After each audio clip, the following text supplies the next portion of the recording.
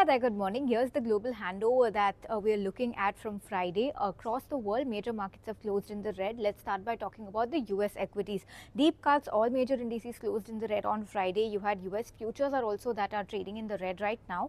The Dow was down by about 1.7% or almost 800 points. S&P 500 has seen a cut of 1.7%. Nasdaq was the top loser, a cut of 2% on Nasdaq.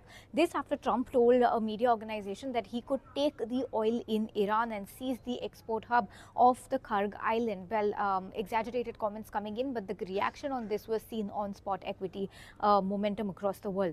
For Europe, all major indices closed in the red. FTSE managed to do pretty okay, closed absolutely flat, but with a hint of a negative bias.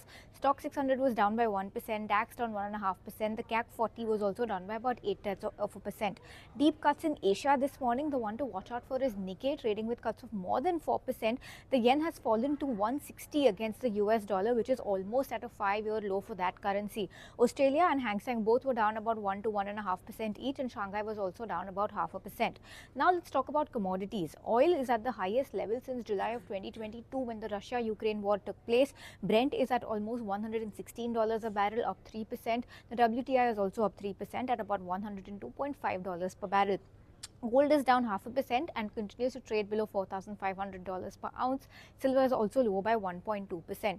Very quickly, just touching upon the big comments that we've been tracking over the course of the weekend. Mohammad Bagher Ghalibaf, the Iran parliament speaker, says that the enemy publicly sends message of negotiation and dialogue while secretly planning a ground attack. So he's of course indicating to the US here, and he says that the Iranian men are waiting for the arrival of the American soldiers on the ground to set them on fire, punish their the regional allies once and for all. So yes, comments aggravating on the war front.